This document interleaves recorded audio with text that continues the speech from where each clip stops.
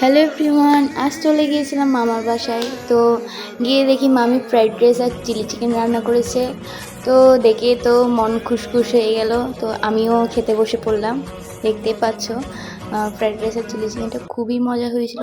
Fried রাইসটা খুবই ঝরঝরে ছিল আর চিলি চিকেন তো বলার বাইরে। আমি তো খাওয়াই বন্ধ করতে পারছিলাম না, এতটাই টেস্টি লেগেছে। আসলে অনেক ক্ষুধা পেটে গিয়েছিলাম তো তো একদম তৃপ্তি ভরে খেয়েছি বলতে গেলে। তো লেগ পিস পড়েছিল, লেগ পিসটা খাচ্ছিলাম। এইভাবেই মামার বাসায় দিনটা কাটালাম। পরে মামাতো বোনদের সাথেও অনেক মজা করলাম। খাওয়ার সিনটা একটু দিলাম কারণ অনেকেই পছন্দ করে খাওয়ার সিনটা দেখতে। আই হোপ তোমরা পছন্দ করবে। আর অবশ্যই আমার এটা নিউজ চ্যানেল, তোমরা সবাই সাপোর্ট করবে। শেয়ার, সাবস্ক্রাইব অ্যান্ড কমেন্ট অবশ্যই করবে কেমন লেগেছে ভিডিওটা। আমি খাচ্ছিলাম, খেতে খেতে সবার সাথে গল্প করছিলাম।